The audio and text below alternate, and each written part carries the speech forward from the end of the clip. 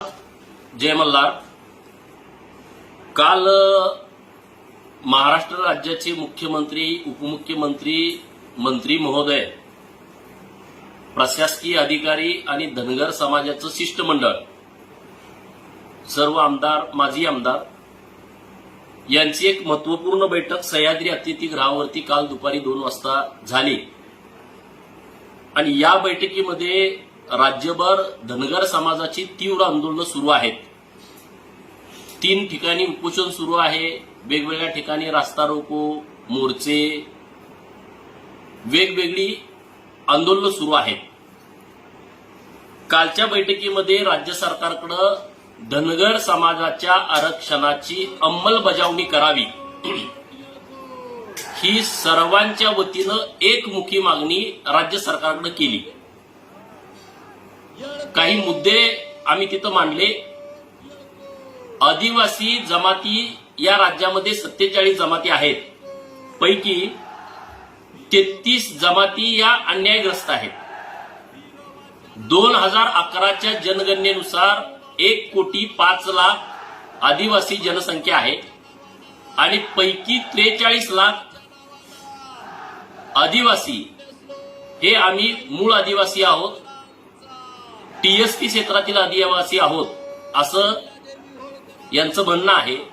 आणि बाकीचे राहिलेले 62-63 लाख जे आदिवासी आहेत ते बोगस आहेत. आम्ही राज्य सरकारकडे ही गोष्ट निदर्शनास आणून दिली. 1,05,00,000 लोकसंख्येच्या हिशोबानं 25 आमदार आणि 4 खासदार हे आदिवासी क्षेत्रातून प्रतिनिधित्व करतात. जनसंख्या मोजताना 47 जमातीची मोजलेली आहे, परंतु 33 जमातींना एसटीचं सर्टिफिकेटच इश्यू होत नाही. त्यामुळं धनगर समाजाच्या आरक्षणाला आदिवासी जमातीचा विरोध आहे. ह्या गोष्टीमध्ये फारसं तथ्य नाही.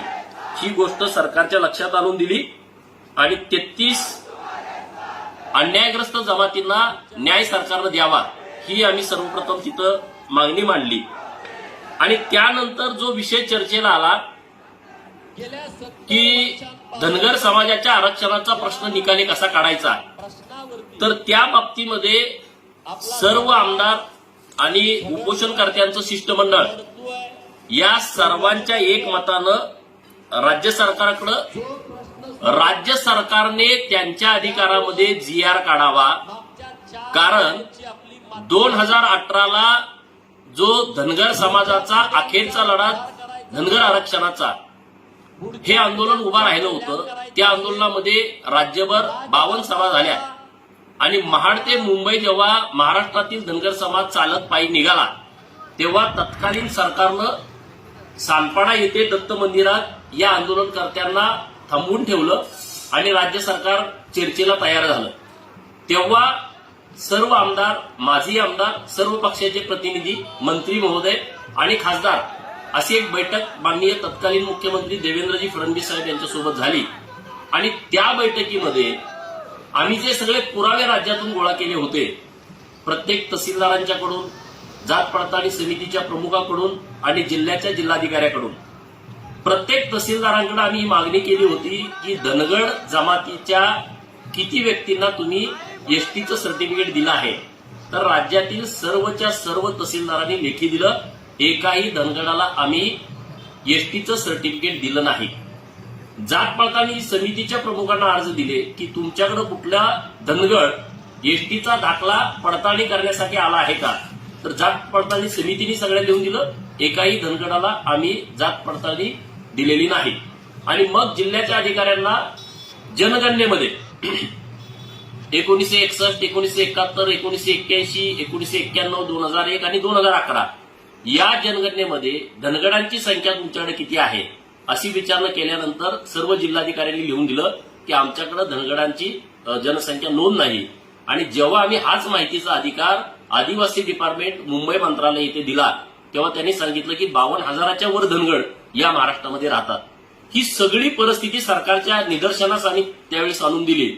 आणि मग 1960 पासून आमचं जे म्हणणं होतं, जो संघर्ष होता की रचड झालंय, आम्ही आमच्या जुन्या नेतृत्वांची भाषणं ऐकायचो की धनगरचं धनगड झालंय.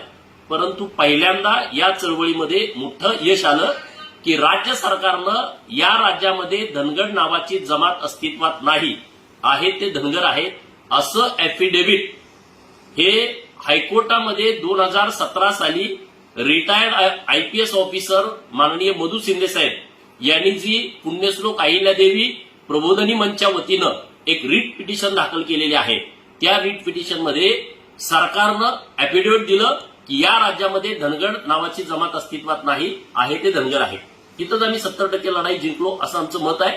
आणि मग कालच्या बैठकीमध्ये आम्ही हाच विषय लावून धरला, कारण 2018ला एकदा सरकारनं ऍफिडेव्हिट दिलं, 2022 आणि 2023 असं 3 वेळा सरकारनं आपल्या केसमध्ये आपल्या बाजूनं ऍफिडेव्हिट दिलेला आहे. तर आम्ही हाच मुद्दा पुढे केला की आता सरकारनं स्वच्छ सांगितलंय की धनगड जमात राज्यामध्ये नाही. टाटा इन्स्टिट्यूट ऑफ सोशल सायन्सच्या सर्व्हेमध्ये धनगड राज्यामध्ये नाही हे पण आलेलं आहे. तर आता आम्ही काल मागणी मिटिंगमध्ये केली की तुमच्याकडे आता सगळे पुरावे आलेले आहेत, तर तुम्ही GR काढा, महाराष्ट्रातील सगळ्या कलेक्टरांना त्यामध्ये सूचना द्या की धनगर समाजाच्या लोकांना एसटीचं सर्टिफिकेट द्यायला चालू करा. तेव्हा मग काही चर्चा झाल्या, साधक बाधक चर्चा झाल्या. मग नंतर मी काही विषय माननीय उपमुख्यमंत्री महोदय यांच्या निदर्शनास आणून दिले की राज्य सरकारला हा अधिकार आहे की नाही. अशी जेव्हा चर्चा समोर आली तेव्हा काही राज्यानं त्यांच्या अधिकारामध्ये जे निर्णय केले त्यामध्ये एक महत्वाचा आम्ही GR दिला तो बिहार सरकारचा, जो बिहार सरकारनं तिथला धनगर आणि कंसात ओरान आहे. तर धनगर आणि ओरान यांना धनगरच म्हणायचं इतका मोठा बदलाचा निर्णय हा बिहार राज्य सरकारच्या अधिकारामध्ये त्यांनी घेतला. त्यामुळे आम्ही राज्य सरकारला सांगितलं की आपण हा निर्णय धनगड अस्तित्वात नाही, धनगर आहे हा घेऊ शकतो. दुसरा जो विषय आहे जे आता मला माहिती परत मिळाली, कालच्या मीटिंगमध्ये नव्हती परंतु मीही सरकारकडे देणार आहे, लोहारा आणि लोहार हे जे एक GR बिहार सरकारनं काढलेला आहे तोही धनगराच्या बाबतीमध्ये लागू होऊ शकतो. आणि तिसरा जो विषय दिला आम्ही तो मध्य प्रदेश सरकारचा आहे. तिथं छत्री हे तर खूप इंटरेस्टिंग आहे. छत्रीचं छ, तला त आणि री असा त्यांनी बदल केलेला आहे. तो राज्य सरकारच्या अधिकारामध्ये बदल केलेला आहे जो GR मध्य प्रदेश सरकारचा आहे. तिसरा पण चौथा GR मध्य प्रदेश सरकारचा आहे गोंड गोवारी जातीच्या बाबतीमध्ये. गोंड आणि गोवारी असं सलग आहे असं म्हणणं होतं, तर त्यांनी GR काढला. गोंड आणि गोवारी हे वेगवेगळे आहेत, हे पृथक आहेत. अशा पद्धतीचा एक GR हा मध्य प्रदेश सरकारनं काढलेला आहे. आणि सगळ्यात महत्वाचं की तेलंगणा स्टेटने तर त्याच्या पुढे जाऊन एक निर्णय केला, तिथं 6% ST रिझर्वेशन होतं.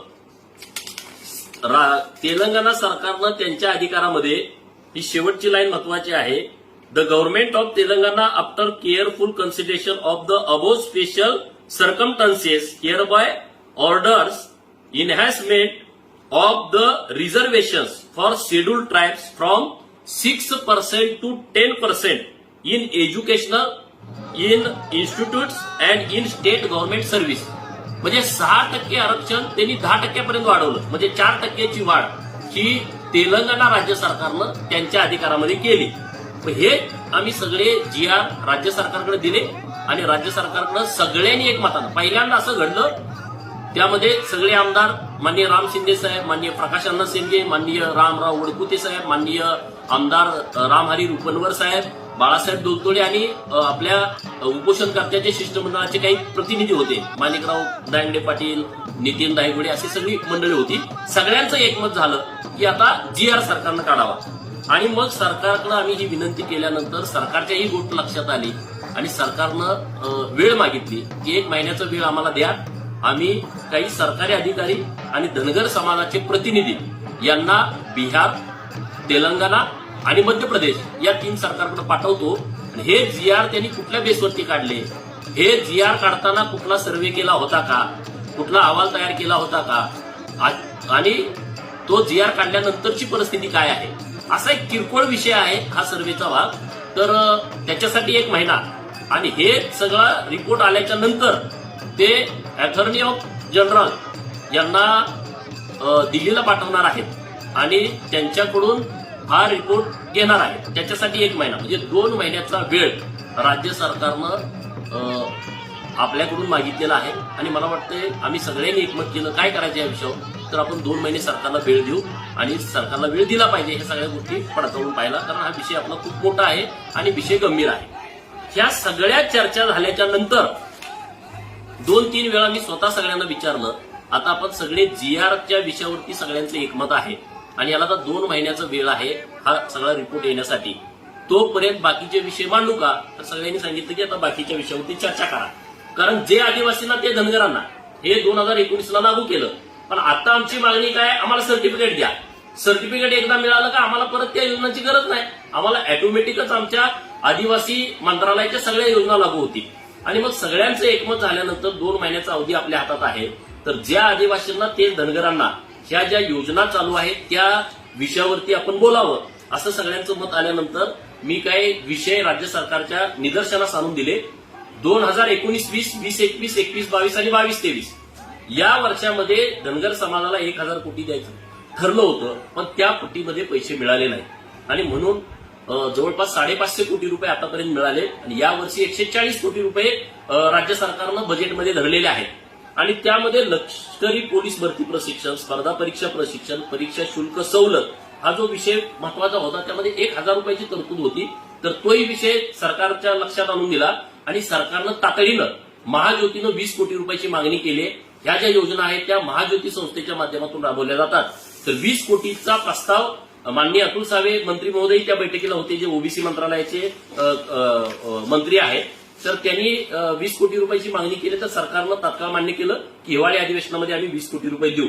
दुसरा विषय जो मोठा होता की माननीय देवेंद्रजी फडणवीसांनी घोषणा केली होती की महाराष्ट्रातील धनगर समाजाला 25,000 घरं द्यायची परंतु यावर्षी 312 कोटी रुपये 25,000 घरांना लागत आहेत तर पैकी 40 कोटी रुपये आता राज्य सरकारनं उपलब्ध करून दिलेले आहेत. ही बाब सरकारच्या लक्षात आणून दिली की 2340 घर आता यावर्षी मंजूर आहे परंतु आम्हाला 25,000 घरांचा शब्द दिलेला आहे तर वरचे जे पैसे 312 कोटी मधले 40 वजा करून राहिलेले पैसे सरकारनं द्यावेत तर सरकारनं त्या बाबतीतही निर्णय दिला राहिलेले सगळे पैसे द्यायचे आणि 25,000 घरं ही या 23-24च्या वर्षामध्ये पूर्ण करून घ्यायची हे सरकारनं अधिकारी सगळ्या लोकांना सूचना दिलेल्या आहेत. त्यामध्ये एक जाचक होती की महाराष्ट्रातला धनगर समाज हा भूमिहीन नाही आहे. धनगर समाजाकडे किमान अर्धा एकरापासून पुढे जमीन आहे त्यामुळे भूमिहीन ही अट्ट काढणं अपेक्षित होतं. ती बाब मी सरकारच्या निदर्शनास आणून दिल्यानंतर तात्काळ सरकारनं भूमिहीनाची अट्ट काढून देण्याच्या सूचना त्यामध्ये दिल्या. तिसरा अत्यंत महत्वपूर्ण विषय आहे नामांकित इंग्रजी मीडियमच्या शाळेमध्ये धनगर समाजाच्या मुलांना ऍडमिशन देणं. आज ज्या स्कूलची फी 1 लाख 1.5 लाख 2 लाखापर्यंत आहे आणि आपल्या आंदोलनामध्ये ही योजना लागू झाली होती त्यामध्ये नामांकित इंग्रजी मीडियमच्या शाळेमध्ये धनगर समाजाच्या मेंढपाळ समाजाच्या मुलांना ऍडमिशन मिळतं. गेल्या वर्षी 5,500 विद्यार्थ्यांना ऍडमिशन दिलं आणि यावर्षी सरकारकडे मी मागणी केली होती की आणखी 10,000 विद्यार्थी आपण वाढवावे आणि म्हणून 16,000 विद्यार्थ्यांची फाईल ही ओबीसी मंत्रालयानं फायनान्स डिपार्टमेंटकडे पाठवलेली आहे आणि त्या फाईलला तात्काळ मंजुरी द्यावी कारण आता जुलैमध्ये शाळा चालू झाल्या ऑगस्ट सप्टेंबर पूर्ण झाला ऑक्टोबर लागतोय तर सरकारच्या मी निदर्शनास आणून दिलं की आता ऑक्टोबर महिन्यामध्ये ऍडमिशन कशी होणार तर तात्काळ या विषयामध्ये या फाईलला मंजुरी द्यावी आणि आमची 16,000 विद्यार्थी जे महाराष्ट्राच्या कानाकोपऱ्यामध्ये त्यांना ऍडमिशन द्यावं. ते ऍडमिशन दिल्याच्या नंतर ही योजना इतकी चांगली आहे राज्य सरकार त्याची सगळी फी भरतं. राहण्याची जेवणाची कपडे शिक्षणाची सगळी जबाबदारी सरकारनं घेतलेली आहे. ज्या खाजगी नामांकित इंग्रजी मीडियमच्या शाळा आहेत ज्यांची 1 लाख 1.5 लाख 2 लाखापर्यंत फी आहे अशा शाळांमध्ये फ्रीमध्ये ऍडमिशन देण्याची ही योजना आहे. दुसरा विषय आहे वसतिगृहांच्या बाबतीमध्ये 2019ला जुलै महिन्यामध्ये जे बजेट घोषित झालं 1,000 कोटी त्यामध्ये महसूल ठिकाणी म्हणजे मुंबई पुणे नागपूर नाशिक संभाजीनगर अमरावती या ठिकाणी धनगर समाजाच्या मुलांना आणि मुलींना एक वसतिगृह करायचं. पैकी नाशिकला 40 कोटी रुपयाची घोषणा सरकारनं केली जमीन हस्तांतरण केलेली आहे ओबीसी मंत्रालयाकडे आणि त्या हॉटेलला मंजुरी दिली. आता नागपूर छत्रपती संभाजीनगर आणि पुणे येथे जागा उपलब्ध झालेल्या आहेत आणि आता तिथल्याही पुढच्या सगळ्या प्रक्रिया पूर्ण करायचा शब्द सरकारनं काल दिलाय. आता बाकीच्या ठिकाणी जिथं जागा उपलब्ध नाहीत समजा अमरावती मुंबई सारख्या ठिकाणी जागा उपलब्ध नाहीत तर सरकारनं त्या बाबतीमध्ये वरिष्ठ अधिकाऱ्यांना सूचना दिलेल्या आहेत की त्या जागा उपलब्ध करून घ्या.